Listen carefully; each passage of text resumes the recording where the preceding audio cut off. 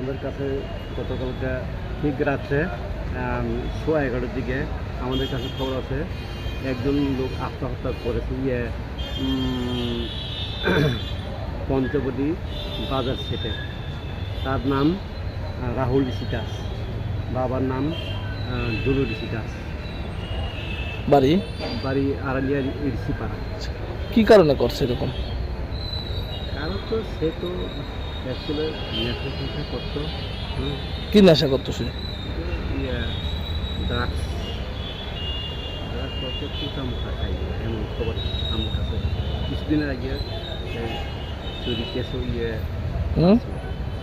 কিছুদিনের আগে সে জেল থেকে আইছে খবর। তুই মানে কোনো বাড়িতে কোনো ঝগড়া হয়েছিল বা কোনো কিছু? সবার কাছে কিছু না।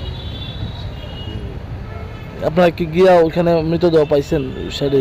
ঝুলন্ত অবস্থায় পাইছি।